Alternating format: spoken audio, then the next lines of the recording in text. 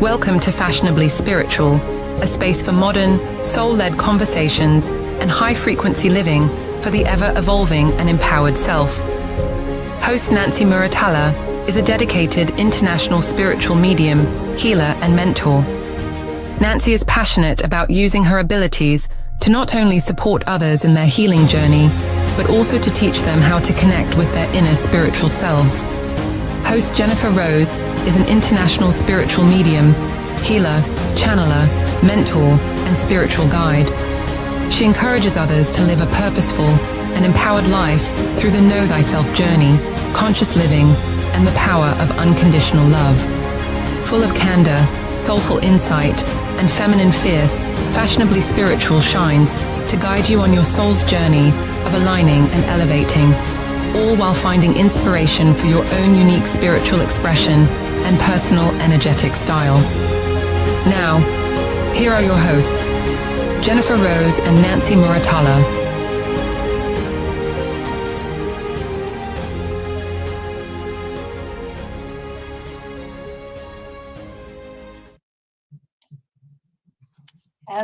Hello, everyone. How are you? Hi, Jennifer.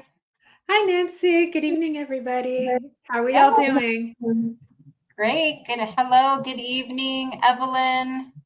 We have Jeffrey here with us. There's our girl. Hello. Yes. Thank you, Evelyn. Thanks, Evelyn. And yes, Kelly is definitely behind the scenes. Thank you. Yes, shout out to Kelly. How are you doing, Nancy? I'm doing great. How are you doing on this beautiful summer Monday? It is beautiful. It's been a beautiful day. It's warm, it's sunny, can't complain. So it is Monday, so I was a little tired. It's okay. I got a little weekend. Yeah. So after a long holiday weekend that we have. Yeah. It was really nice. So happy to see you today and happy with you here.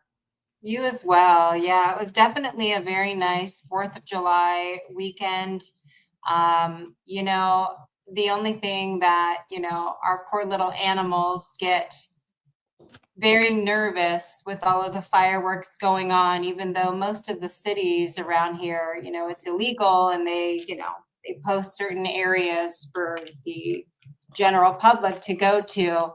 My dog does okay, but I know a lot of animals do not do okay. So I always get worried for them. How did your doggies do? Mine were okay, but where I went to see the fireworks was very loud. It was in this sort of not really remote, but this woodsy area. It was very open, and so you could hear the acoustics in the sky. And it was like, so I was thinking about those people's pets in those homes too. Because it was really, really loud. Yeah, so mine were fine, but other people's, I'm not so sure. So one of my dogs, Susan's Spirit, was always scared of the fireworks. But he'd hide under the little table under the tree and be like, "Oh, poor baby," it's hard. I get so nervous, and I don't blame them. I mean, I even kind of get startled sometimes. It's interesting. I saw that, which I'm not surprised, that they were doing AI instead for some of the 4th of July events. And actually looked really cool because literally they were just things that lit up in the sky without the kaboom, unless they added that, but I don't think they did. And they were literally just drones that were all in formation of different things to look at. I thought to myself, what a great alternative to the actual fireworks. Yeah, I saw that one of the like a hotel kind of close by was doing that, and I was like, "What is that?" So now I know. So I like that idea, and then you don't have all the smokes, and you actually take better pictures too if you want to film it. I like the idea of that. I wouldn't be surprised if we started transitioning to that instead. Yeah. So that might be a good alternative. Yeah, I like the idea. So it's just all over the place now. I mean, we can't escape it. We don't want it everywhere. We don't want to, before you know it, there's going to be, which maybe there already is, there's going to be podcast hosts that are not real people. Yeah. Oh boy. Already. So just make sure we pinch ourselves. Yes, we're real. Oh my. Can you just imagine? What is the world Absolutely. coming to? Yeah. So, how's everybody doing today? How's everybody doing for the month of July? I can't tell where everybody is located. It looks like we do have a lot of friends here from the UK. Where is Evelyn located? Is she here in the US? Yeah, Evelyn's in California. Yeah. Oh, okay. She's little more Central California in the Solvang area too. So that's she's real lucky to be there. Yeah. And then Gwendolyn's here. I think Gwendolyn's in she's more in the East Coast, right, Gwendolyn? If I'm right. And KB's here. Hi, KB. So great to see everybody. I can't see all of the comments. I know where you and I see different ones depending on Yeah, I can't see all of them, I don't think either. Mhm. Hopefully Yeah. we've given everybody a chance to hop That's on okay. or come in and Kelly's out. got us though. I know Kelly's got us, so she'll make sure. Virginia, thanks, Gwendolyn. Good to see you, love. Feels Feels like Friday. Just up from Solvang. Santa Barbara. Yeah. Oh, beautiful. Yeah. Yeah. It's like a little sort of Danish town. It's very cute. It's very quaint. Oh, Gwendolyn, I don't know why, but I thought you were across the pond. I didn't think you were here in the United Yeah, States. she's American. Yeah. Hey, Nice. Bernadette. Thank you Hello, for joining Bernadette. us. So let's kind of kick off a little topic that we can kind of have the audience chime in on and give us their feedback. You know, let's talk a little bit about kind of standing in our power. You know, talking about when we want to make some changes that are needed and like shedding some versions of ourselves. So maybe we can talk a little bit, Jennifer, about what that would look like for us and what steps we would take and when we would want to do that. So I'll let you go ahead and kick that off if you have some thoughts on that. Oh boy, well, that's right up my alley. So Nice. you know, we have many parts to us, and they all are important. And some of those parts will stay with us, and some are very like transitory too. So our personality's very changeable, very flexible, and it does change. But our personality can also kind of cling to who we thought we once were. And we know that who we fully are, I don't like to say just really are or truly are, I like to say fully are, is spirit, loving awareness. And that love permeates everything and everyone. But the personality is very consistently changing, and we change every time we even move into a different space in our room or come in contact with different people. Our persona is going to slightly shift and alter a little bit. But as far as like shedding old versions, that could mean maturing that version. And when we mature that version, it definitely changes. If it's a part of us that isn't helping us to live our best life and to be the best person we can be for ourselves and each other, then it may be time to release sort of the clutches of that part of us and let it go. Otherwise, we're kind of like I like to say, we're kind of like clinging to a ghost of ourselves, and we're like, well, that's me. I'm never going to change. Like that's just me, right? But it's not. It's one little part, one little version, and we can change. We're very capable of change, and change is a good thing. Change is the road of transformation. It's how we evolve. To the problem or the difficulty, not really the problem, let me change that word to difficulty, is that letting go of who we thought we were, who we think we are, feels like dying to the personality or to the ego. And it's really hard to make a mindset shift to letting go. So, and some of these, like Evelyn is saying, patterns, they're not even real parts. They're just structures of information, kind of like program things that we've got from childhood, right? And I've even gone into my own mind and kind of seen them almost as like little buildings, like ready to just kind of fall away, like the tower card in the Tarot, right? Too. So the other tricky part is allowing parts to change without disassociating from them or rejecting them, because that's what, especially our Western culture, is very much like kill the enemy, slay the dragon, all this kind of stuff. That generally doesn't work. It never does. Hi, Ed. Tip top hat to you.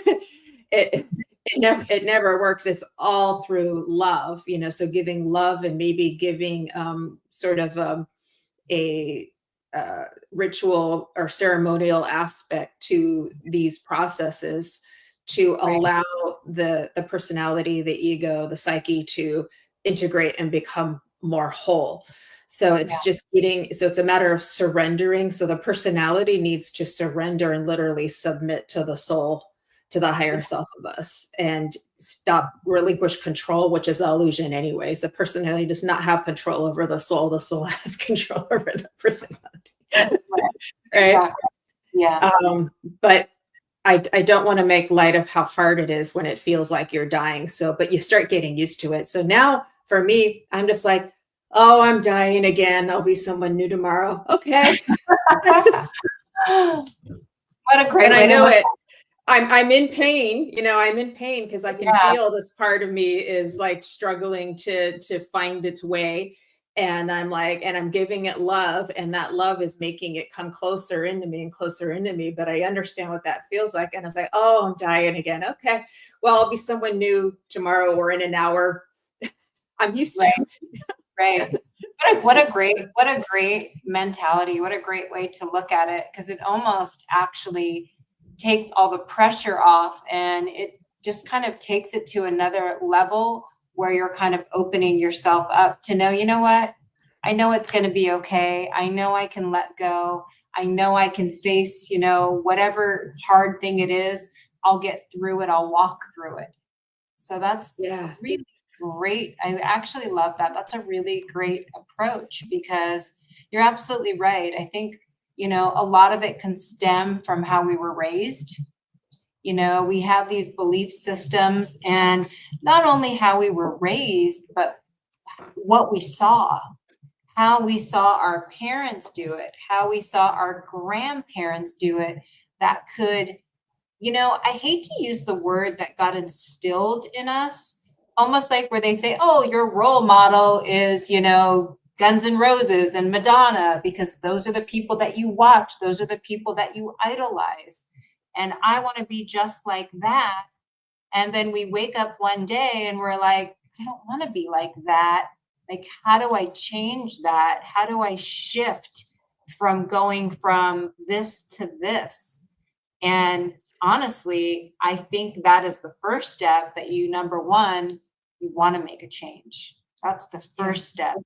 Like, maybe you want to do it differently. It's not that there's anything wrong with you, but maybe you need to have a different perspective, and you need to have a different set of glasses to kind of maybe see what you could do different, what you might even be missing out on because you have those, what is it called? Rose-colored glasses, or no, that's well, I'm a rose-colored glasses girl. But sorry.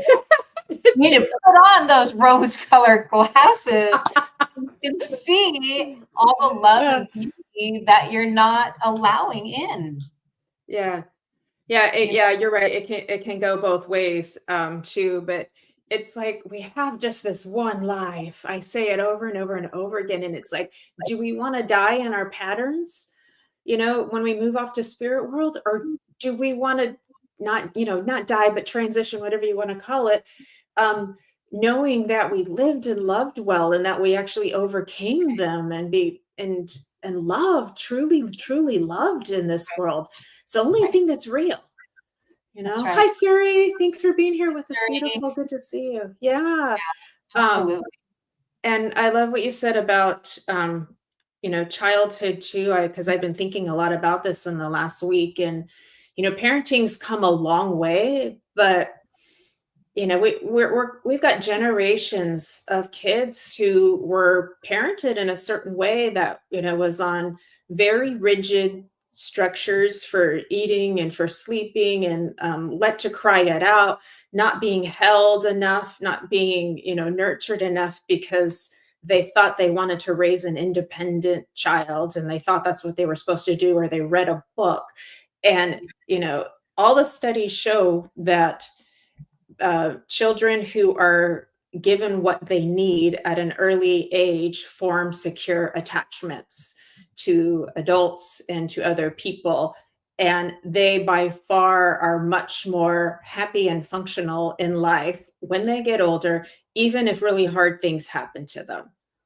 And like I said, I know we've come a whole long way from generations ago, but I look around me and I see the product of that. I see a lot of relationships that are not the best that they could be, because all going back to that age. And it's like, if we could just heal our shit before we get married and have kids. Yeah, You know? a lot of hurt individuals where it runs real deep. Yeah. Abandoned, hurt, whatever you want to call it, whatever that looks like, Mhm. but that have just kind of Yeah. shoved it down. Yeah. But it always comes out in your relationships with people, some way or Right. another. You know, Makes it's it kind very of, hard to connect. It makes it very hard to connect. It makes it very hard to feel secure. Yes, Terry, thank you. And Very we're walking around with like consistent anxiety of not knowing when and where and with who that we're safe with. And hard to get on that deep level. And that's where these background beliefs hidden way deep, saying I'm not good enough, something's wrong with me, I'm not worthy of love. And we may not even be consciously aware of them, but they're there and they push through. And that is why we see what we see. It's right there in front of us in this world, you know, and it's a beautiful world too. I talk about that all the time. There's my rose colored glasses. And when we tune into that beauty, we can really make the changes and tune in and connect with, you know, the heartbeat of the universe, the humming, the life force. That's very helpful in awakening us too. But I don't make light of the difficulties, because what you see in the macro is evident of what's going on in the micro in people's minds. And it just takes one person at a time to be willing to make the change. And you have to want it, and then you have to learn, and then you have to actually put it into practice and do it too, right? And I think, like KB was saying, take responsibility, take personal responsibility, take accountability, and then we're truly living in an alignment with our soul, being the best people that we can be. And you know? Yeah. Hello, Lynn. Thank you for joining us. Yeah. Hi, Lynn. Good to Hello, see Jill. you. Hi, Jill. Let's check in with our friends here too. Yeah, absolutely. So Jill was saying becoming aware of these concepts so we can begin to heal. Yeah, absolutely. Thank you, Jill. Thank you, Jill. So much to integrate, I know, for all of us. There's a lot. You're not alone. Marriage is the calculus of relationships anyway, even without bringing your old emotional baggage. It's hard enough anyways. Yeah, that's true.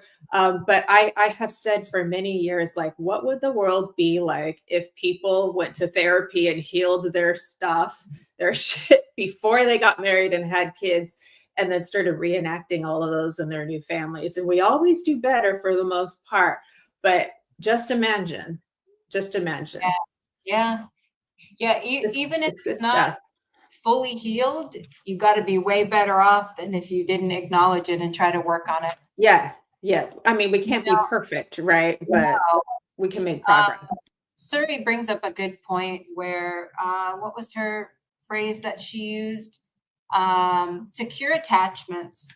So, you know, what does a secure attachment mean? Because there's so many of us that are so guarded and we don't want to let anybody in.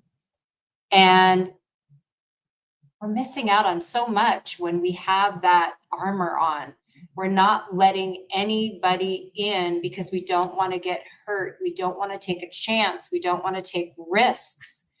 And, I've talked about this before, but, my stepmother had lost 3 husbands, and I was just always in such awe that after, we used to call her the Black Widow, but after she lost her husband, she didn't close her heart back up.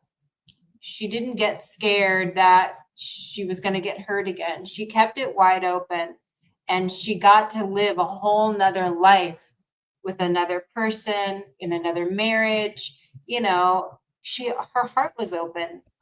And there's so many people that are so lonely. I'm not saying that it's not okay to be alone, because it is perfectly fine to be alone. But there are so many people that they're not happy to be alone. They don't want to open themselves up even to friends, much less relationships. So that's where you have to make that conscious decision. What has happened? What have I experienced? And what can I do about it? Yeah. I Yeah. want And to it starts with us. Yeah. It starts with us. And choosing loneliness over love, it doesn't make sense to me, but it happens all the time. Yeah. It happens all the time. That's how scary it is, because people Or don't want to get fulfilling hurt. ourselves in unsecure relationships as the Mhm. substitute. Because we think, okay, well, I'm getting a little bit of that. That feels okay. I'm getting a little bit of that. That feels okay. Yeah. But Yeah. it I see a doesn't. lot of that. Yeah. We feel safe and worthy. I love that, Jill. Thank you. Thank you. Bernadette, I've been taking full responsibility for my healing and journey. I realize what my parents and other generations that came before me had done as a projection of their suffering. Yeah. Yeah, Yeah. that's a That big is. one. We give many apologies from people, especially parents, right, Nancy, in our mediumship, Yeah. because Oh, they yeah. know. Oh, Yeah. yeah. Yeah. We have to remember something too, with our parents and our grandparents and even beyond that, chances are, they went through things in their life. And I can't imagine that a lot of the generations back, they didn't go to therapists. They didn't go, sit down and think something's wrong with me. I need to work on my healing. That just wasn't what life I was back. know. Yeah. You survived, you did what you had to do, you took what you had to take. Yeah. Very, very true. It's very, very different dynamic. And we are blessed and fortunate that there's so much more information out there. So Yeah. even just on social media, there is a lot of information. If you can kind of weed through some of it, that's, is very sort of a little bit on the rigid side, but there is some really good stuff out there, very informational. It's free. It's by people who really know what they're talking about. There's therapy, there's coaches, there's groups, there's all kinds of ways. So we don't have much of an excuse to not grow. There really isn't. And the time is now. The time is now.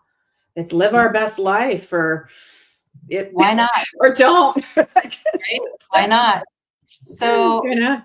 Evelyn said, exactly, Jennifer. I had more stress massively this week, and I found old stories coming up that I thought were healed already. Guess more work is needed. That's interesting that you say that, Evelyn, and I'm really sorry to hear that, but I know exactly what she's talking about. Sometimes we do think that we have worked through things, and sure enough, like, universe gives us a little zap or a little zing when something triggers us. We're like, wait a minute, I thought I was over that already. So it almost feels like it's true. Yeah, sometimes the healing comes in cycles and layers, and it's like we revisit it. And I think perhaps we expect an old memory to just finally never bother us ever again.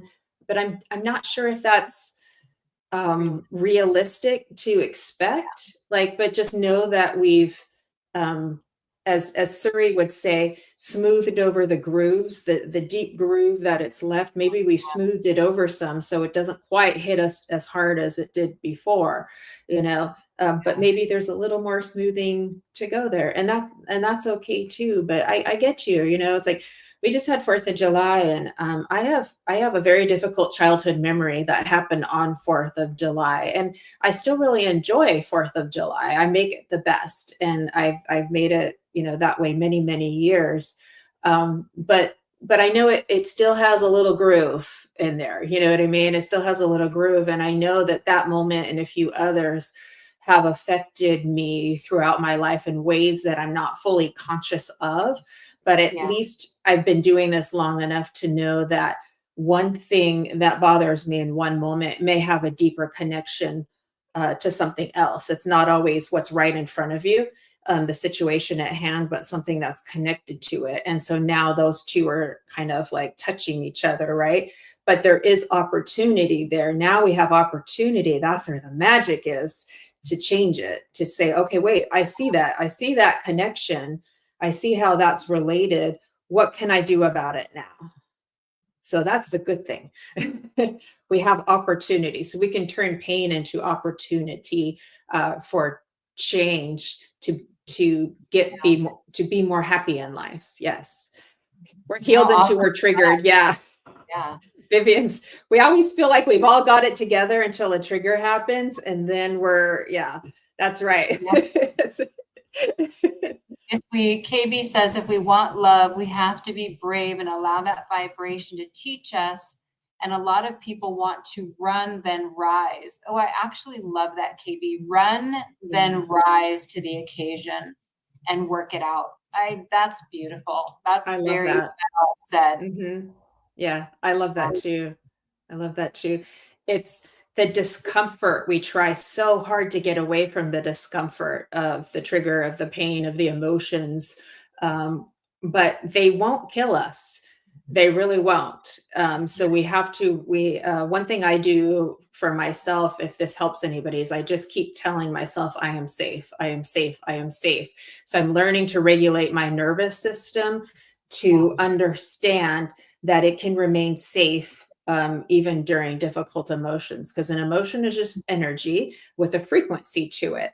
And so we can learn to have this mastery, and that with that mastery of our emotions through love, acceptance, and bringing it in, and working with it, then we can really rise and elevate too.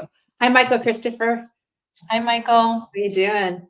You know, honestly, Jennifer, I really didn't take into account up until, gosh, maybe even when I met you, when you kind of enlightened me and talked about the nervous system. I don't think I ever really gave it a lot of thought, but it truly is like the foundation of like a thermostat.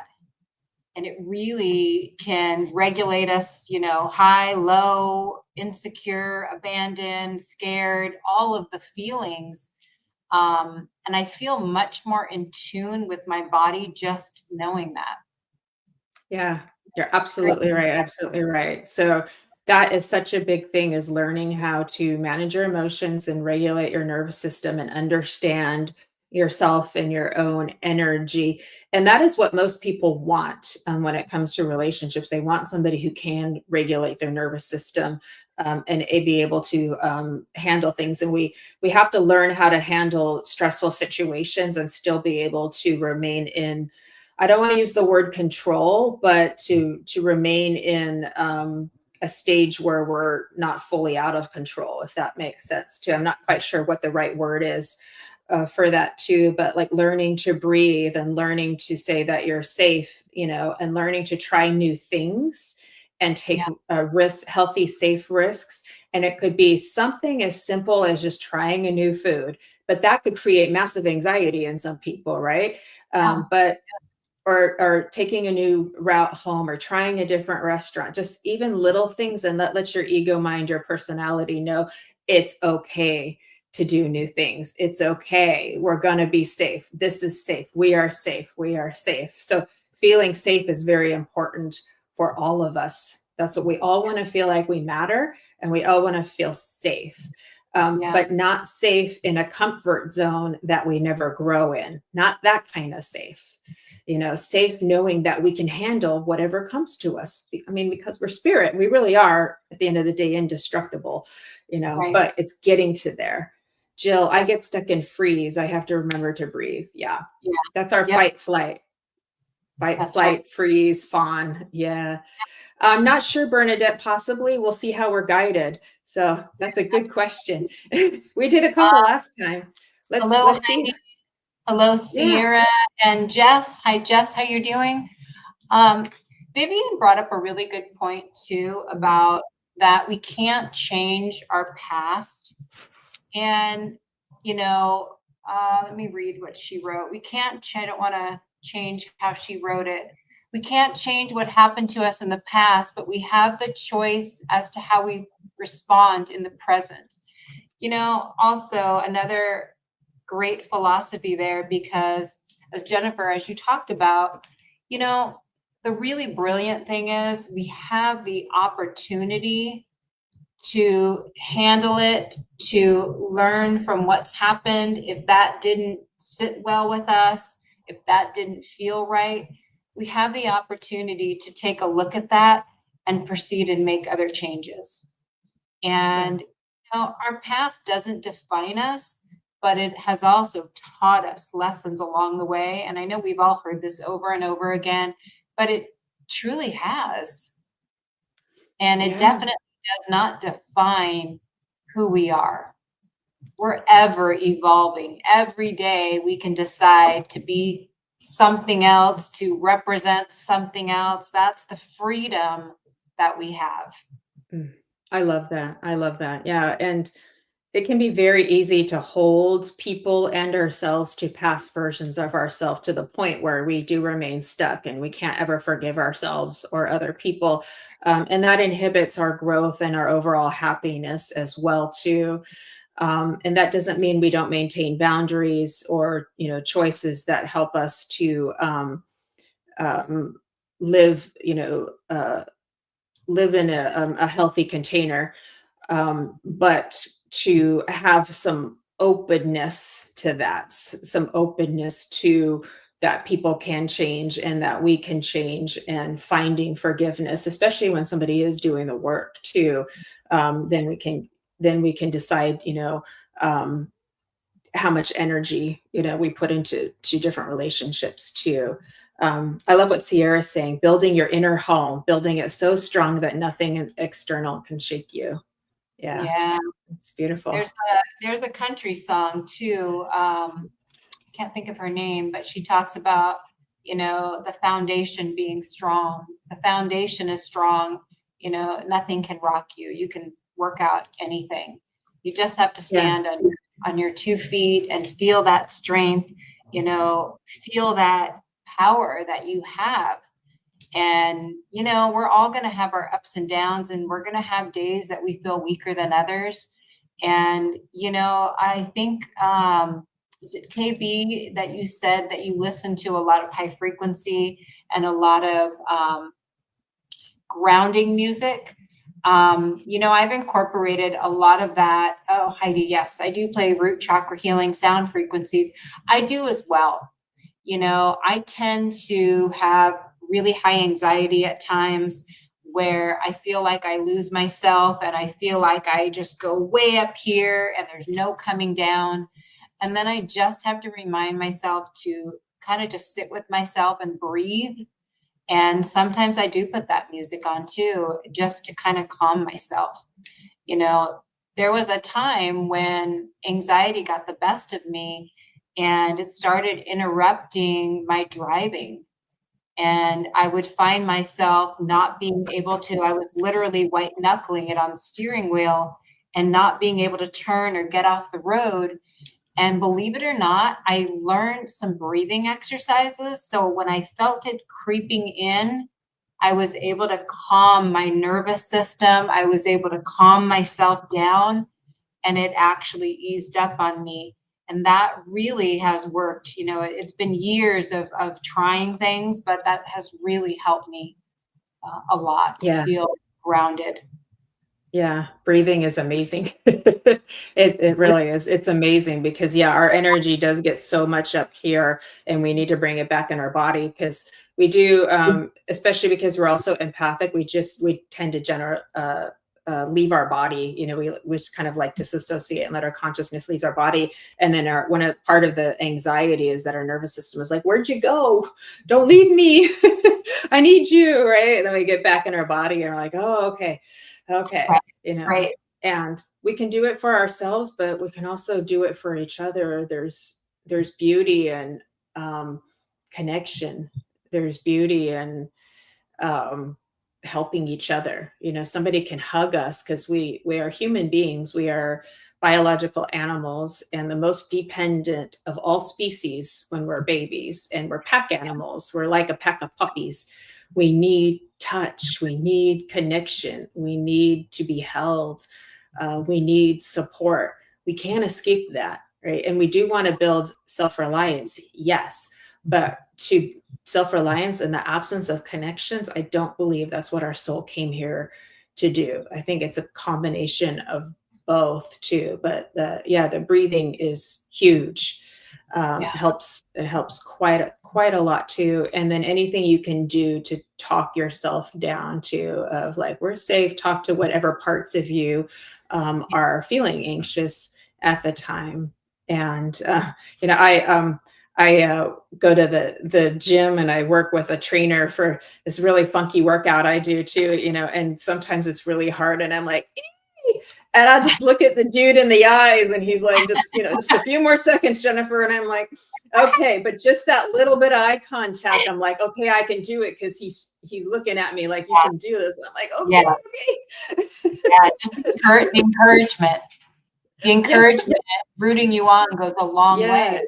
it helps a lot. Yeah. So Mhm. I love that our community is like that because we're all supporting each other. We're all like straightening each Yes, other's crowns and fluffing each other's wings and that's cheering right. each other on because there's enough room for all of us here to shine That's too. right. So Which yeah. which kind It's of kind of moves into a little bit about like protecting our energy as well. So we want to be open. We want to be open to love. We want to be open to healing. We want to work on ourselves. But let's talk a little bit about like not everybody's intention is good. Not everybody is wants to be your cheerleader. They may not want to see you succeed because maybe they're working on their own battles. And you know, why can't that be me? Why can't that be me? And maybe that's not the energy that you want to be around. Maybe the exchange doesn't feel. I'm really, really keen on if it doesn't feel right, if it doesn't resonate with you, follow your gut, follow your intuition on that, and protect your energy. And there are people, there's very loving environments, there's friendship groups, whether it's one other person or 10 other people that can be your support system and really, really want to raise you up. And yeah. that's what you should, and we're your friends here. We want to raise you up. We don't want to bring you down. Like Jennifer said, there's room enough for everyone to succeed, to feel love, to be love. You know, that's the environment that we want to be in and be around. And it really does grow. Love grows. Love elevates. Love It's evolves, you like a know, weed. and Yeah, yes, I see it right before my eyes and I'm like, wow, look at what love does. Like it's it can be a quiet force, like, you know, carving its little path, but it also is there right there, just like, oh my gosh, look what happens when you choose love, when you follow the love, when you let love be your compass too. And there's two places we can be. We can be in the game where it's power plays and manipulation and all that. All of us know that game. It's the playground we've been on since we were kids, you know, yeah, or we can be, you know, in a different place where we are all striving for wholeness and we're working together as a team, as a unit, in the oneness, in the love. Doesn't mean we're perfect, But which one is going to thrive and grow and blossom? Which garden is going to have more flowers in it and brighter colors and grow higher and things like that? And so we can choose with what little choice that we have in our lives. We can choose that. We can choose where we want to be and who we want to be with too. And it's not about exclusion, it's quite the opposite. It's heading towards inclusion too. So we're grateful for you too, Heidi. We love you. Yes, thank you. Lynn, I have to be sure someone is behind the wheel when I drive. Yes. I agree with that. Yes. Well, we do, when we're driving, we go into automatic driving quite frequently. So we move into an altered state and we're not fully present. That's why we can forget, like, wait a minute, I've been driving for 15 minutes. I don't know where I was or how I got here. Because we move, it's called automatic driving. We move into this altered state. A lot of times we feel spirit when we're driving because we're in that altered state too, and things like that too. So it is something to be mindful. It is something that, thank God someone was driving. That means another part of us, another part of the mind or another part of us helped to get us to where we're going, so that we did make it safe. So that's a good thing too. But I was driving on this one night, on this long and windy road, and I was familiar with it, but unfamiliar with it at night. And I didn't realize I was getting on this road that was not going to have any street lights. And it had been raining a little bit too. So it actually turned into be kind of a death wish to be driving on this road. And I didn't know. And I was so full of laughter afterwards because of the harrowingness of it. All I could do was laugh to like get out the stress. But I was very aware, even though I was alert, I was very aware that another part of me or spirit was overlaid with me, helping me to be safe and get on that road. But it was like being on a roller coaster. So it's quite an adventure. I know. I say that a lot. Like, how did I get here? Like, it's crazy. Yeah. Being in our bodies can be a little challenging for us spiritual folk, but we just keep practicing it too.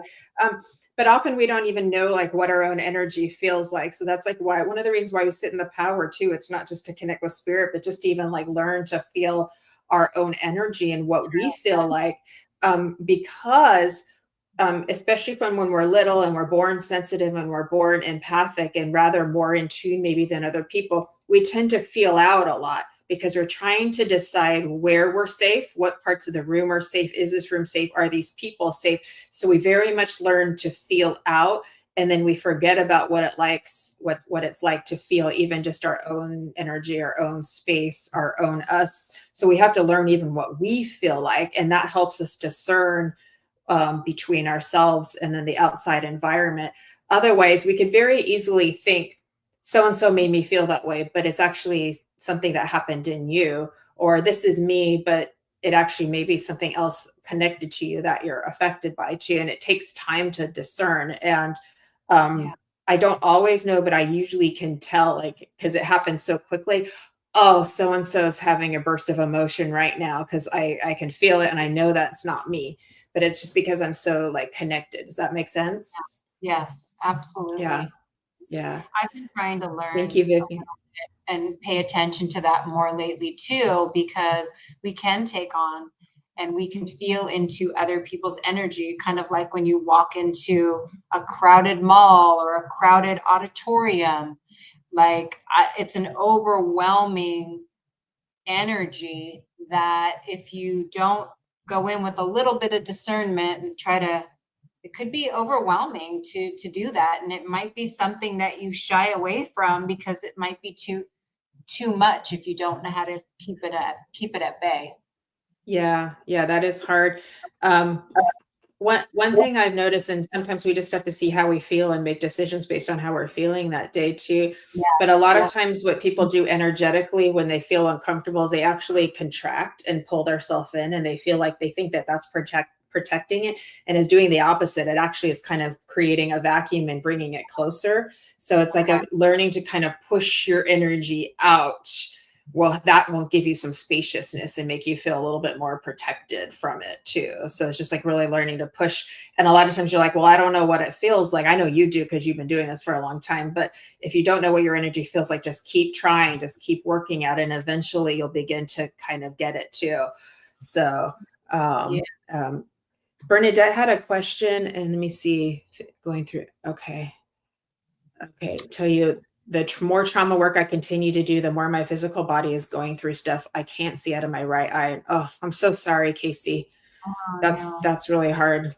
Sending you lots of love. EMDR and DBT, and I don't even know what all those are. I know what EMDR is. I don't know what DBT or polyvagal is. But class. God bless you for doing all that. Good for you. Yeah, absolutely. Bernadette, You asked about deja vu, if you want to take that one. deja vu, for me, it's kind of like when you see somebody that you just instantly connect to and you just feel like this comfort with them instantly. I definitely feel like I've known them in another lifetime. That attraction, that knowing, that comfortable energy that you have between the two of you. I also kind of think deja vu is a little bit in similarity to that, where you're kind of envisioning, or wait a minute, didn't I do this like this before? I do feel like there's something to that, for sure. Yeah. Oh, dialectical behavior therapy. Okay, cool. Thank you, Vivian. Yeah. We learned some new things here today. See, y'all are helping us learn new things. So I'll have to look at. Those are long, fancy words. I know, right? Yeah. How about you, Jennifer? What does deja vu mean to you? Usually I think when I think of that, it's like that feeling of like you've been here before, you've seen that same scene before, and it feels like it repeats. And it definitely lets you know that this is where it gets kind of fun. Like this, now we're going to get into some fun talk here. We've been very heavy and deep, and it's like, but you learn that this reality is multidimensional, and there's much more to meet the eye than what we see, and it's like, so yeah, weird stuff happens because this reality isn't as 3D as we think it is. It's very changeable.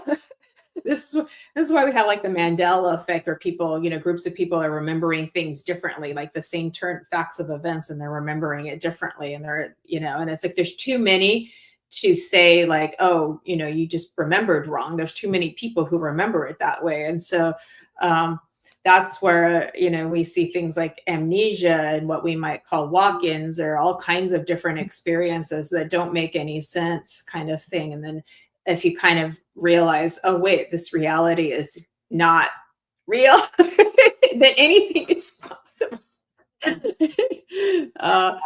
Out-of-body experiences, soul retrieval didn't work. I don't know where I am. Well, we're everywhere all the time. We're multidimensional. Definitely not on Earth. Oh my gosh. I think you speak for many of us, Bernadette. Let's see who we have. Gwendolyn saying, yeah, like we've had that conversation before, people and places. Yeah. Let me see here. Okay. Casey was saying all three are intense trauma therapy. So yeah, good for you, Casey, that you're trying to work through it. It can't be easy. Internal family systems.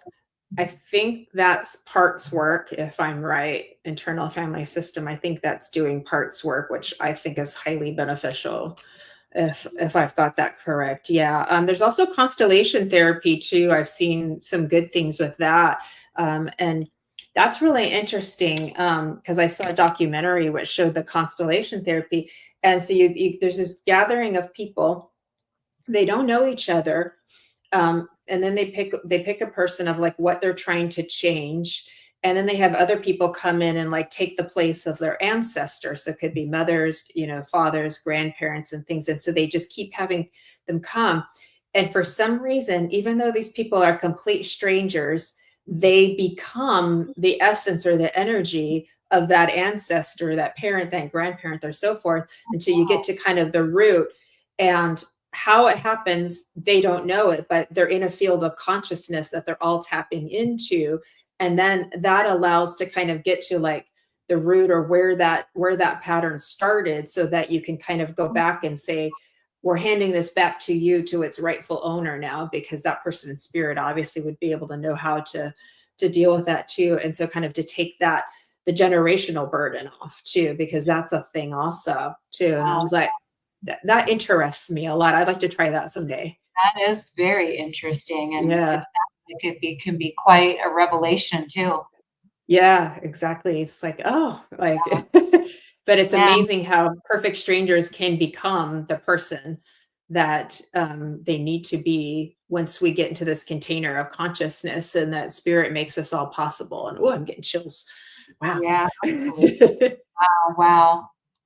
Um, Bernadette, I have deja vu and constant outer body experiences. I did soul retrieval, didn't work. I don't know where I am. Oh, yeah, we already talked about that one. Okay, my apologies. Outer body experience I did. Yeah, the soul retriever didn't work. Let's make sure we didn't miss anybody else's. Okay, I think that we have answered. Oh, I know. There was one other one where she talked about, Jennifer, I don't know if you have any past life experiences that you know of. I believe, I think it was Bernadette, I could be incorrect, was asking if we had any past life that we know about.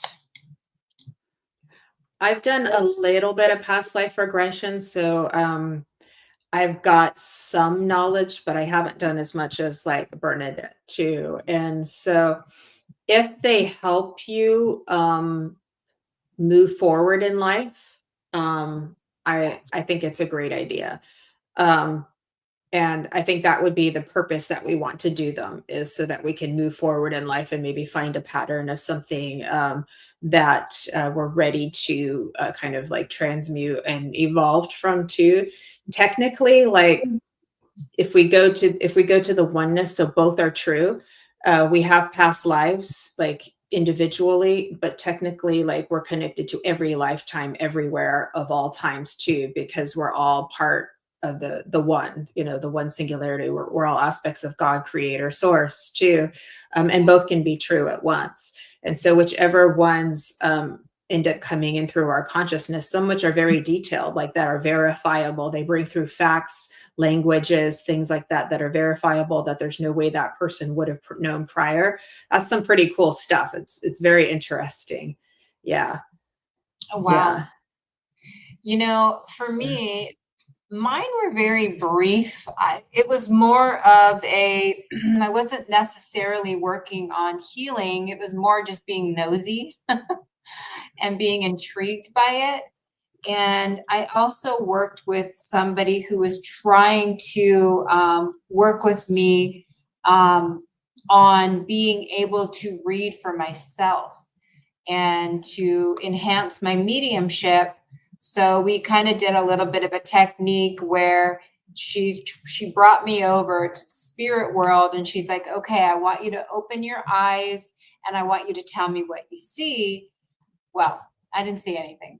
I didn't see anything. I said, I need a narrator. Can you please narrate this book, please?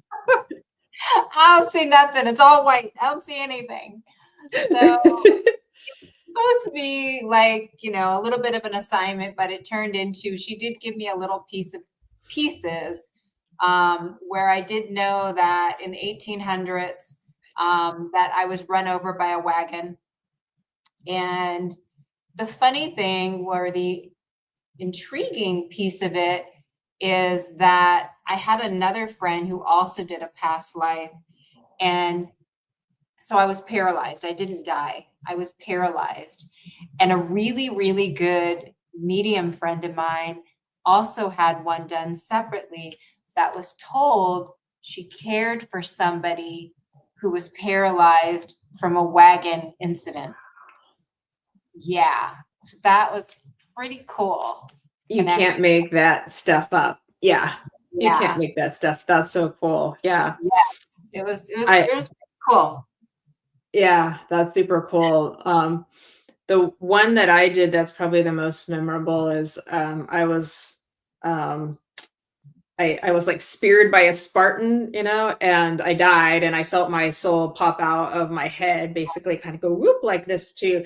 But I recognized one of my family members as one of my current family members too. And that was really cool. I just knew like, oh, that's so and so. You just know. So that's That's super cool. cool too. Yeah, dying was no fun, but feeling the spirit like pop out of the body, that was a really interesting one too. I was like, Wow. Wow. wow. Yeah, Wow.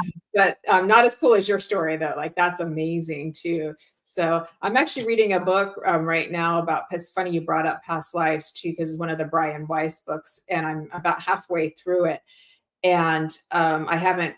I know what it's about, but I haven't gotten like to the other half too. But he ends up doing regressions on two people at about the same time who end up like being soulmates together too. And it's like, Wow. so I haven't gotten to the good stuff yet, but that's pretty amazing too. Like, Wow. like, like they Yeah. both gravitated toward him at the same time, thinking that they're trying to like meet people that they miss in past lives and find out why they're grieving so hard, why this. And so they're getting a lot of healing while they're going in for their sessions, only to find out that they were destined to meet. And it was like, that's a Wow. wow. Wow. I mean, I know you can Right? do like hypnotherapy, if you connect with the right person, that can actually also walk you through past life regressions and, for healing purposes and to maybe better understand um, more about yourself, right? Yeah. And to help Yeah. and to help heal, parts of us that maybe need a little extra care. Yeah. I agree. Bernadette, same thing. Spirit hit me in the chest and heart. Spirit left her body, looked up and asked Jesus for a source of help. Read that book, Many Lives, Many Masters. Yeah. This is a different one I'm reading, Bernadette. It's called Love is Real. And that was interesting because a little under a year ago, I was remember having a conversation with somebody um, that I'm connected to, and was just saying like, right now, I don't know anything except love is real. I remember like having that conversation. I saw the title of that book, and I'm like, wow. But it's true. At the end of the day, we will sift through loads of information, and we'll all come to the same conclusion that love is real. It's everywhere and in everyone and in everything. It is the driving force.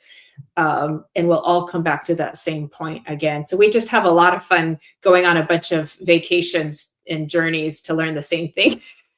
At the end of the Just keep hitting us in the head. day. Right. Oh, man, I love Lynn's that. helped her. Yeah. Help her get Yeah, unstuck. Yeah. So we that's don't awesome. repeat the same patterns. Yeah. Patterns are not easy to get unstuck from, but I think worth it if we keep at it too. Vivian, rescue animals. They're able to communicate their history to me. Oh, Oh, I yeah. love that. What a beautiful gift. Oh, that's beautiful. I love that too. Thank you for sharing, Wow. Vivian. They are amazing. Yeah. Yeah, Thank you, Phoebe. I do want to explore more into that. I am very intrigued by learning about my past lives. I just need a little assistance in doing that. I don't know. Do you believe, Jennifer, that we could probably, I don't know that we have to be hypnotized to do it. Do you think that we can extract that on our own? Because I do feel like it comes up in many other ways, but may not be able to connect the dots. Do you think there's other ways to kind of realize, other lives we've lived without actually having to be hypnotized or, have a medium help you with that? Yeah, that's a really good question. I do think we can access past lives on our own if we just put a little bit of practice in it. I mean, if I think about it, like we both have studied trance mediumship, and so you're moving into an altered state of awareness with the intention of accessing that information. So it's just about kind of like hitting the right place at the in the right frequency kind of thing too. It just might take some practice. So sometimes having a facilitator makes it easier. I'm curious if like plant medicine would help with that too, because I know it helps people go on other kinds of visions and journeys. Would it? I know I don't know if Suri's still here, but she's kind of an expert on that down in Costa Rica. So I'll have to ask her about that, if plant medicine would help you access. Would make sense if it would too. So it might just take a little bit of practice, but yeah, if you go into I think then it just becomes hard to trust it. You know what I mean? Like, was that real? That's the hard part, is they're like, was that real or not? Too. Doubting, Yeah. ourselves. Yeah. Yeah. Yes, through meditating, it takes practice. Yeah, I agree. Yeah. So, Well, too. Was KB, it? I'm really glad to hear that, because, and that's one thing I wanted to be hypnotized for, to figure out why I have a fear of flying. So I love that she says we all have been in many countries and times, which thank goodness, because like my current life, I don't want to get on a plane, which I That am would interested be, to work that yeah, out. hey, Marie. Yeah, that would Mhm. probably be a good idea then, to do some, hypnotherapy or past life work, to find out like what's causing that. If, Mhm. perhaps there's a memory or something like that from being on a plane too. I mean, I do Are you know a able to little. fly at all? Are you able to fly at all? So I do know a little bit about, I did have another past life. I just need to figure out how to heal it. I'm scared of the ocean.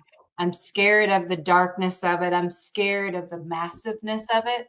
And I actually think during a past life, it was talked about that I actually ended up, Drowned. yes, in the ocean. Yeah. And so I can, when I get on a plane, here's the only way I can tell you how it feels. Do you remember the submarine ride at Disneyland?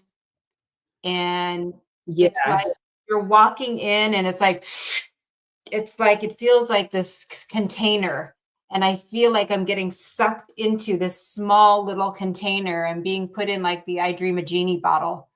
And it's Wow. almost like the anxiety of it hits me.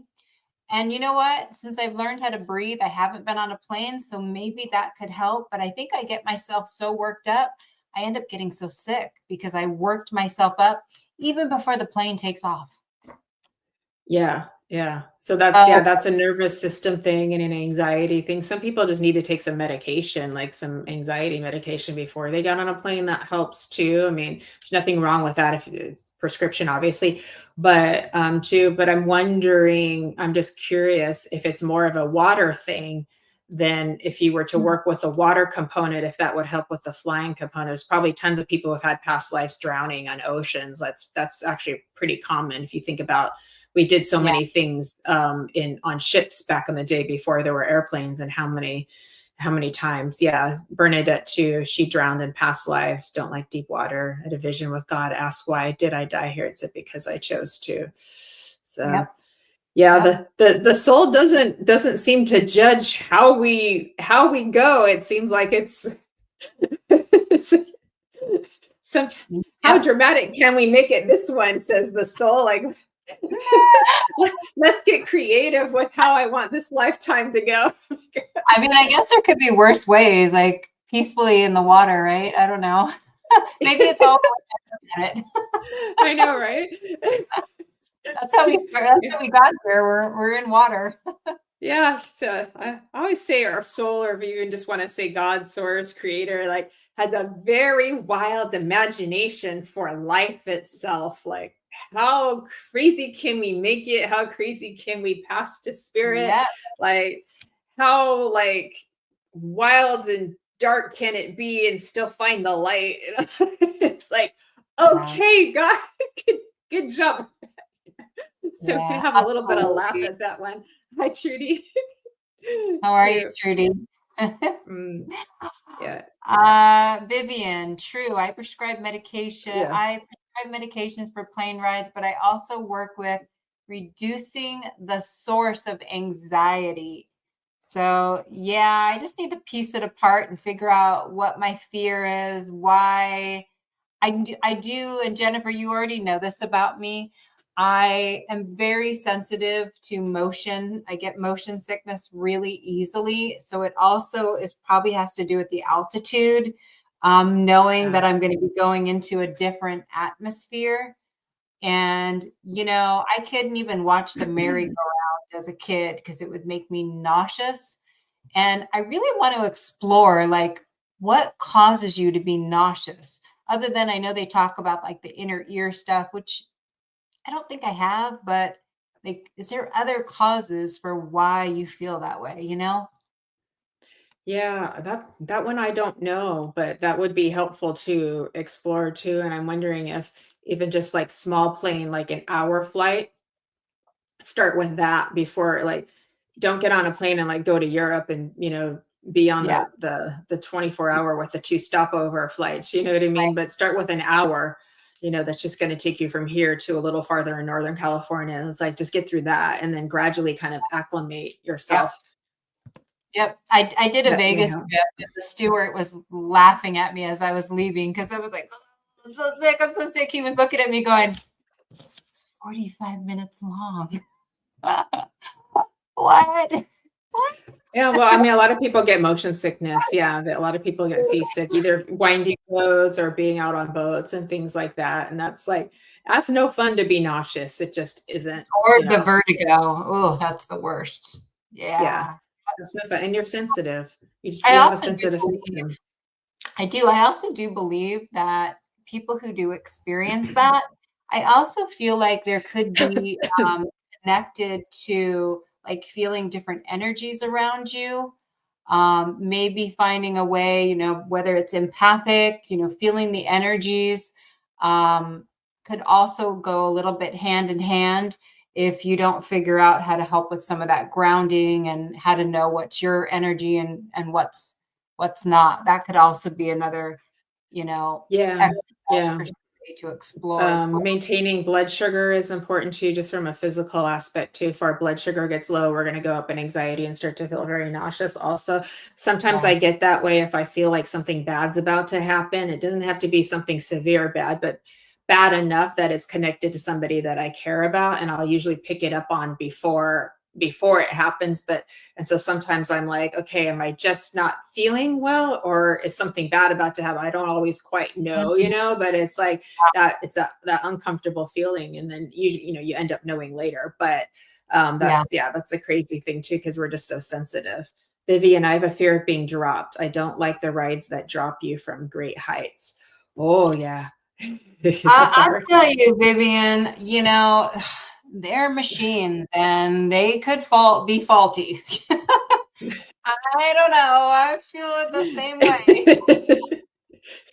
See, I would go on it probably. I would be a little scared, but I'd go on them. I have a little daredevil in me too.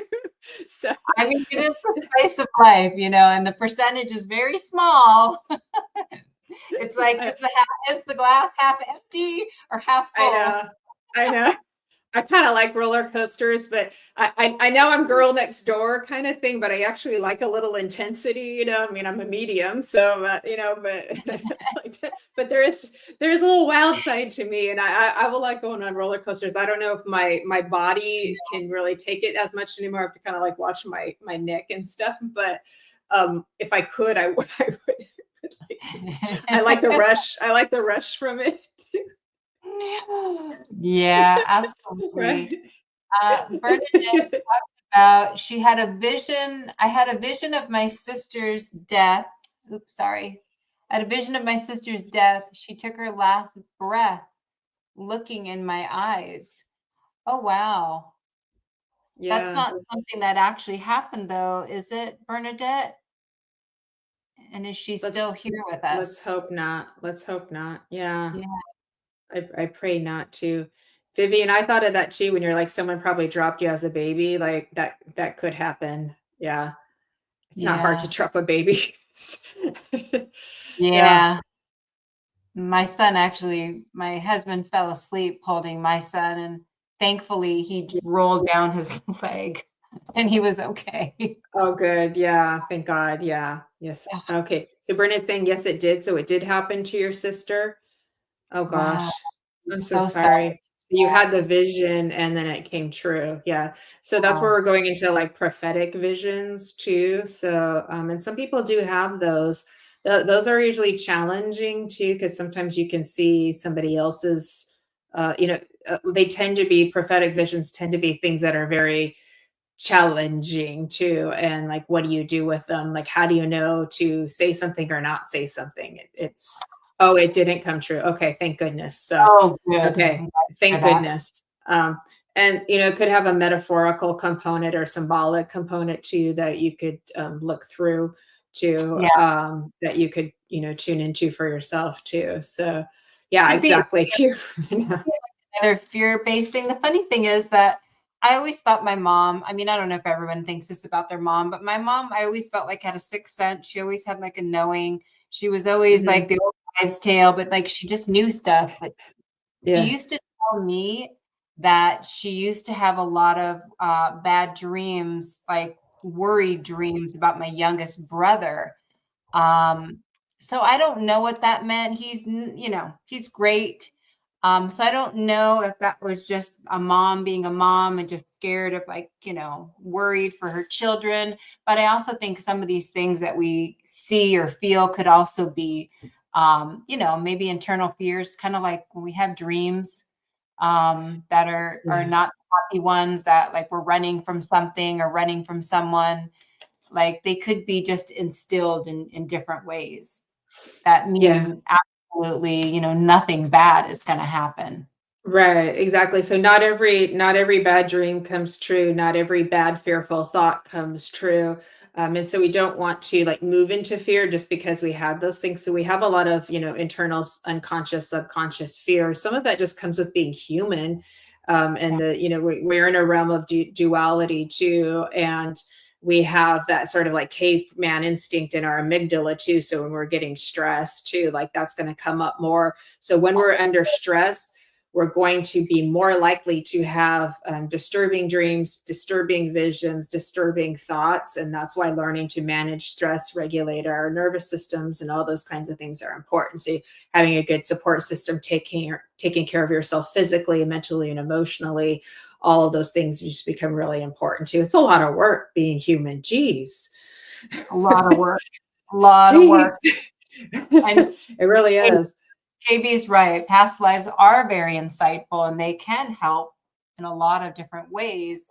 But yeah, I Mhm. mean, where we currently are is where the power is, even though I kind of agree with you, Jennifer, that, we're kind of in a everything's happening at the same time kind of universe. But yeah. Yeah, it's a rabbit hole too.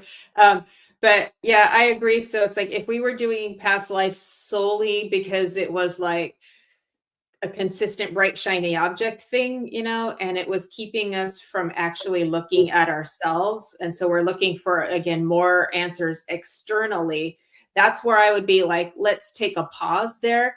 But if you're doing it for the purpose of like knowing yourself, I mean, there's nothing wrong with exploring it for fun. But I'm saying if we were to do that consistently as a look outward for answers that we need to be finding inward, that's when we might want to make a shift, and focus on this life too. Because I think as spiritual folk, we can get really wrapped in, oh, all of the stories of our past life, or all of these things going over here, or all of those things going over here, and they never actually make you kind of go, what's happening here?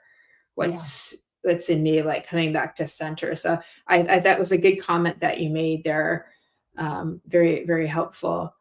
Okay. Learning experience not to be traumatized by it. Yeah, Yeah. agree too. Sometimes I can't believe I agreed with the spirit guides to experience the challenges. I think we all have that same feeling, Vivian. We're like, what? I no, I never agreed to this. I didn't agree to this. Show me where I signed that. Delete, delete, delete. I know. I want to cross this part out. That's just a no. Where's the That's whiteout? a no. Where's the whiteout? I know, right? That's so true. You're like, just a no, no, no, no, no. Well, like, did we really put that many things in the jar? Like, so I think some of us may have too, but yeah. I don't Yeah. know. Sometimes I just go, God, you got a real freaky sense of humor, my friend. Just Yeah. So Lisa Marie, she's talking about, would you agree we are all on different levels, learning different things, and the message is in our dreams as well? That's hmm. interesting. I do believe that we do have some at the subconscious level that can help talk to us or guide us, but I also do think dreams can be just that too. They can just be dreams that don't really necessarily have any meaning. And I definitely agree. We are all on different levels, learning different things. What do you think on that, Jennifer? Yeah, some dreams are kind of like a computer just defragmenting and sort of like cleaning itself up, and it's just like a processing the events. And then the ones that we remember more vividly, those have something to tell us usually, and it's like then we're trying to understand it. Yeah. And as long as we don't go on a wild goose chase trying to understand it, but just know it happened, just like take note of it and look into it a little bit. Chances are, if you've been under a lot of stress, the dreams are going to get more vivid and things like that. You're going to remember, you're like, whoa, because your consciousness is really trying to get something to you, trying to get a message, trying to say, hey, pay attention, to. Um, we are learning things, and we are on different continuums of where we are in that learning process. As long as we don't put them, as long as we don't categorize one is better than the other, is the only thing is that just because somebody has more advanced knowledge doesn't make them better than somebody who is what we might call asleep. So I think we just want to be careful as spiritual folk not to think that we're better than other people just because we're more awake than them. Mhm. Too, and I know that's not what you meant, but it's just just a little addition. I'm just throwing into the mix there. Yeah.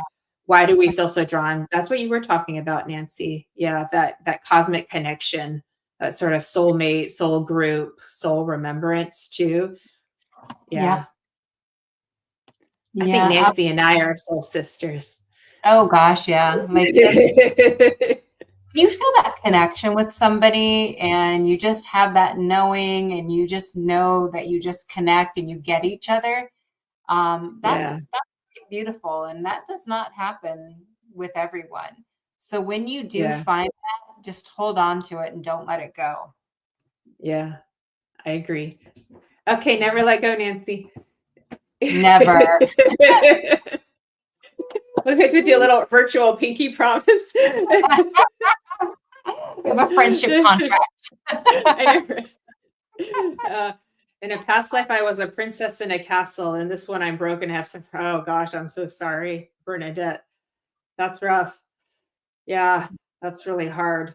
When I think of princess and castles too, there's very much a thematic element to that as well. Like that's kind of part of like we are sort of like one big giant fairy tale. And so that sort of like princess in the tower theme can happen in your physical life or in Mhm. your sort of dream life, and it happened kind of in your past life too. So it's interesting. So there would be themes of like really like of maturing from the princess into the queen, of regaining your autonomy, re-stepping into your power, finding your freedom within yourself. All of those themes can kind of like come forth from that too. So I'm just curious if that lands for you at all too. Yeah. And but sometimes in the periods, strangely though, in the periods of confinement, in historically, like a lot of dark night of the souls have happened in confinement, and then there's tremendous transformation from that as well. Yeah. Okay, yeah.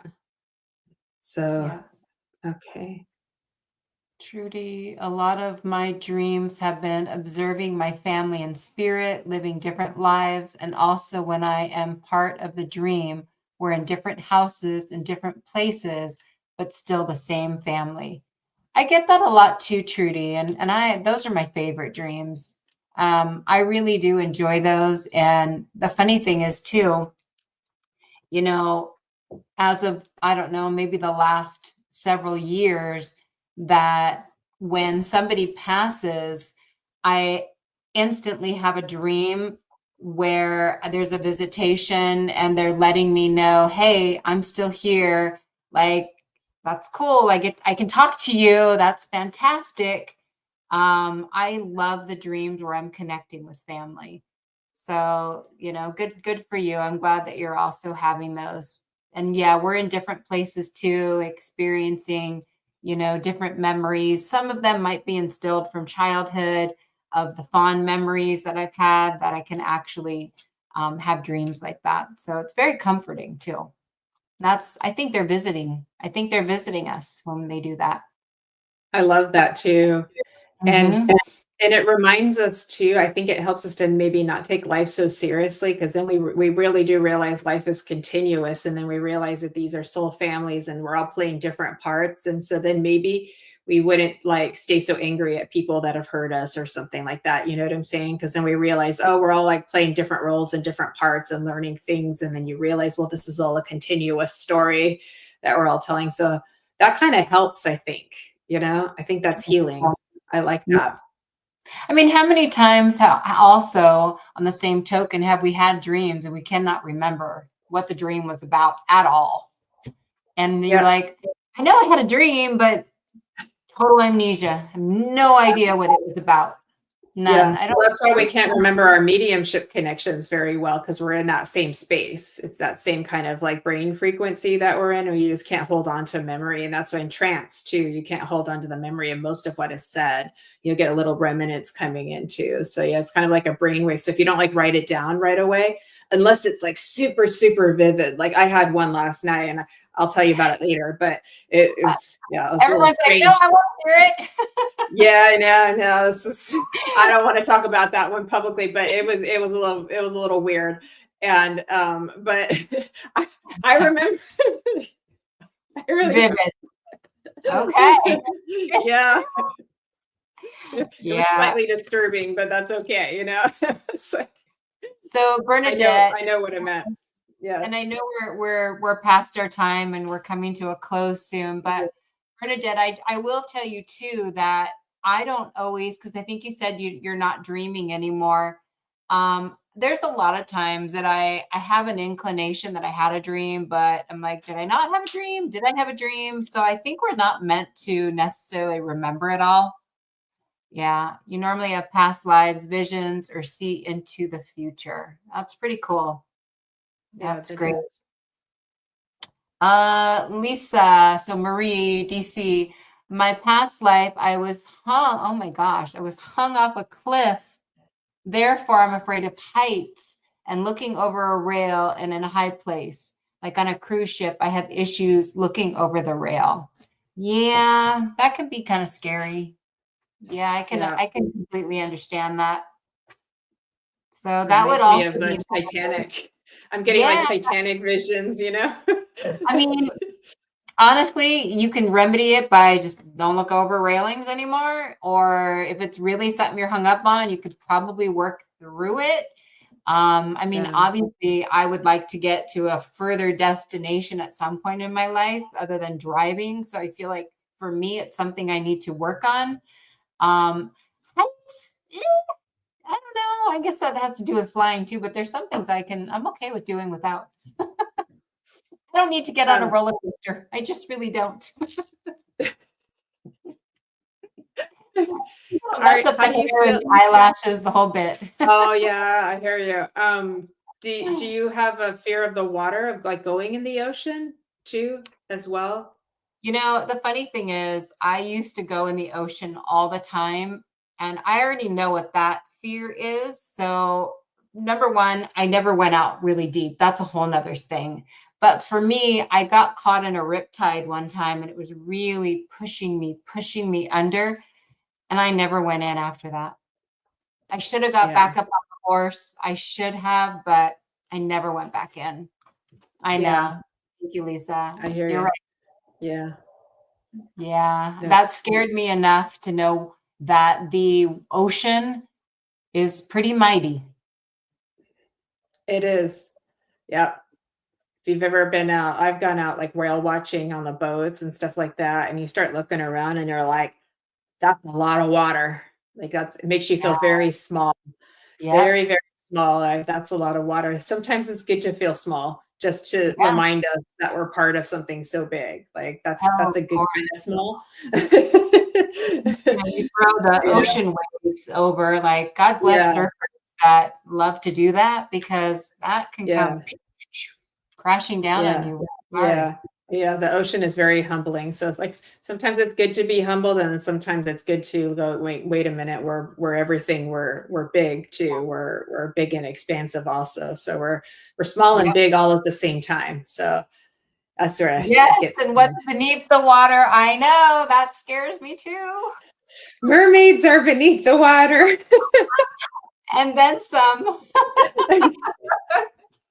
I know it's a whole nother, you could call it an ecosystem, or it's a whole nother world under there, it's like Mhm. that's a whole nother, yeah, too. We're starting to get fun. I know we got to close up, but it's getting fun now. I know, I Ooh, know. let's go into alternate dimensions. I was a It's mermaid on a different planet. That's pretty cool. oh wow, that's so cool. I love mermaids. I really All right, do. well, thank What you if we so did much a for spending What if this we did time. like a collective message, like a collective card, or just a collective message for, Absolutely. would everybody be into that? Yep, let's go for it. I'll draw a mermaid card. You go first, Nancy. You know, I immediately, when I grabbed my stack, the power card instantly flew out of the deck, which I think is pretty cool looking. So I definitely feel like it has a lot to do with, the wisdom, the ferocious power that we all have within us.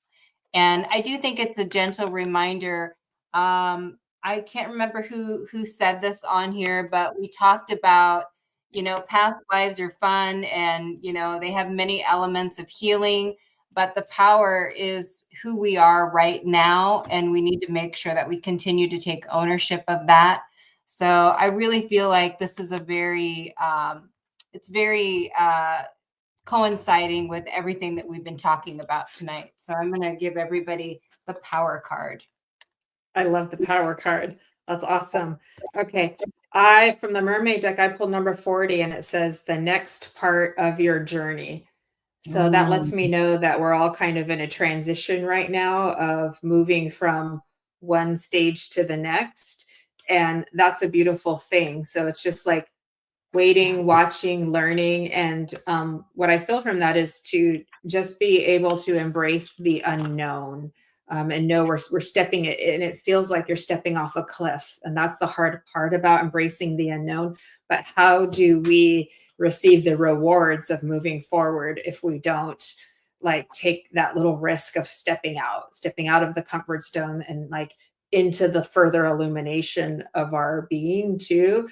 So it takes bravery and courage. And I know how hard it is, because when I'm in that state, there is a part of me like that just wants to run home to mama or something, like I just want to go home. This is just too scary, my little inner child in me too. And it's like, come on, let's do this together. We can do this. You don't know what's coming or what's happening, but it's like the thing is none of us are gonna actually die from stepping into the unknown. You know what I mean? It's like, but it's our psyche that feels like it might die. And that's what we're worried about, because we go through an existential crisis with these different transitions in life. But we're all in one now. We're in this age of Aquarius. This has been a crazy, really crazy year. And I've been getting spiritually like that. We're going to continue to have these little plot twists and kind of cliffhangers and expect the unexpected, basically. So we all can just step into the unknown together and hold hands. How does that sound? Let's hold hands and step into the unknown. That's right. That's awesome. Thank you, Jeffrey. Thank you. Oh my God. We definitely are so grateful you tuned in today. Yeah. May your heart feel a little lighter and your soul a little brighter. Until next time, we really want to say just be kind to yourself. We love you guys. Thank you. Thank you, Nancy. I love you too. Bye, everybody. Lots of love to everyone. Big hugs. Sleep well tonight, everybody, with the angels. Yes. Thank you all. Thank you, Kelly. Bye, everyone.